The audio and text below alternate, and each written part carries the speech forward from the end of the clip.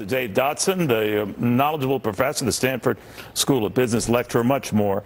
Dave, this could be a big strike, to put it mildly, the 300,000 plus affected, on top of writers and actors striking as we speak, other pilots considering actions like that, flight attendants. I mean, this could be the summer of a lot of big strikes, and the impact would be swift, I'd imagine. Oh, yeah, for sure. I mean, you may not know this, but I actually had the Teamsters working for me at one point, and Sean O'Neill was the person on the other side of the table.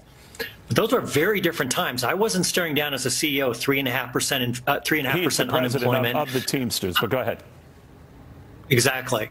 I wasn't staring down 3.5% unemployment, trying to battle inflation, presidential election. Management is in a very different situation than when I was in there.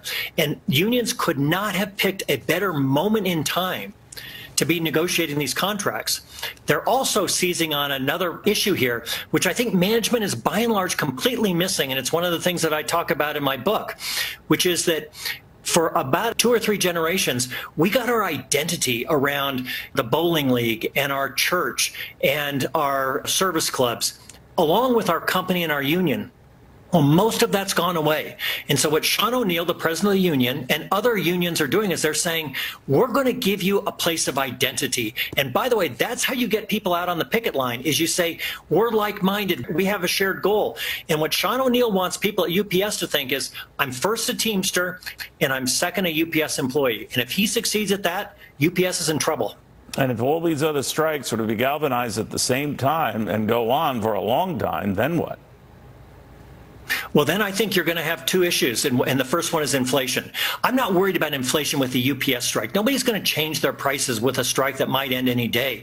But if the unions are successful with the UPS strike, and they're able to demonstrate to workers at Starbucks and at Apple Computer and at Trader Joe's, they can add value in addition to what I was talking about earlier, which is that sense of identity, then you're going to see inflation as a result of wages going up in this wage price spiral.